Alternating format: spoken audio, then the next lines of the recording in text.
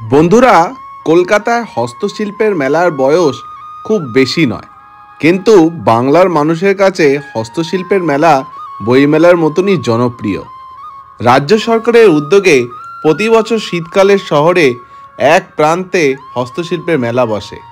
মূলত বাংলার কুটির শিল্পকে তুলে ধরা হয় এই মেলার মাধ্যমে।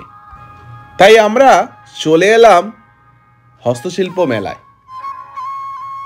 18ই জানুয়ারি থেকে নিউ টাউনের সেন্ট্রাল মলের সামনে বসেছে পশ্চিমবঙ্গ রাজ্যের হস্তশিল্পের মেলা।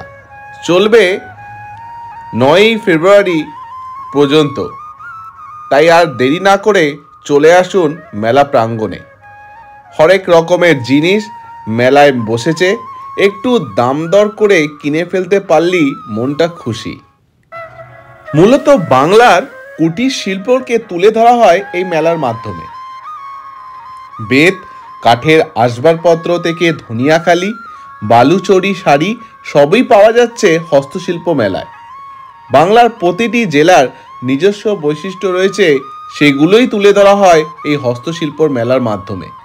যেমন পুরুলিয়ার চৌশিল্প, বর্ধমানের ঢোকরা, পূর্ব মেদিনীপুরের পটচিত্র, মুর্শিদাবাদের সিল্ক, দার্জিলিংয়ের উলের তৈরি জামা মাফলায় সবই পাওয়া যাচ্ছে হস্তশিল্প মেলায়। মেলায় প্রতিটি জেলার নিজস্ব দোকান রয়েছে। এছাড়াও দেখতে পাবেন মাঠের বিভিন্ন প্রান্তে মাদুর বিছিয়ে বিক্রির বাট্টা চলছে, যাতে হাতে তৈরি জিনিসের।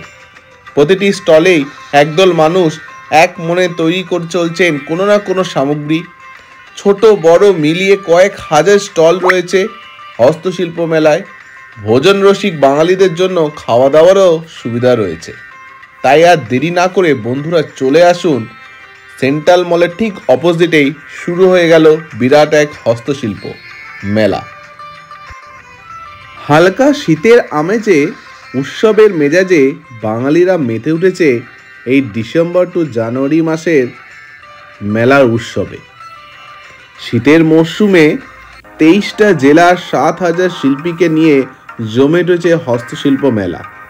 মেলার সবচেয়ে আকর্ষণীয় দ্রব্যাদির মধ্যে রয়েছে মাদুর, মসলিন, বেত, দড়ি, কাঠ, পোড়ামাটি, কাচের হরেক সামগ্রীর জিনিসপত্র।